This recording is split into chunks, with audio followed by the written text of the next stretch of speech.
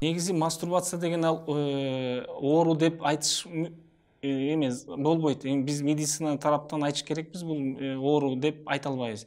Себеби ал нерсе керек нерсе. Эмне үчүн керек? Ошол эле эркек адам же аял киши деле айтса деле болот. Акыркы заманда ал болушу мүмкүн, обязательно болот. Анткени өзүнүн психоэмоционалдык өзгөчө состояниясын ордуна келтирүү үчүн көп эркек адамдар мастурбация жолу менен өзүн жеңилтип алат дегендейчи, стресстерди көп кетирип алат деген. Ал биринчиси.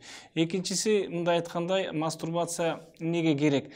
Ошол эле жыныстык органдарыбыз бар да, ошол эле жумурткаларыбызда уруктарыбыз пайдаланат. Бирок ал убакыт сайын ал чыгыш керек адам кишиден, эркек кишиден.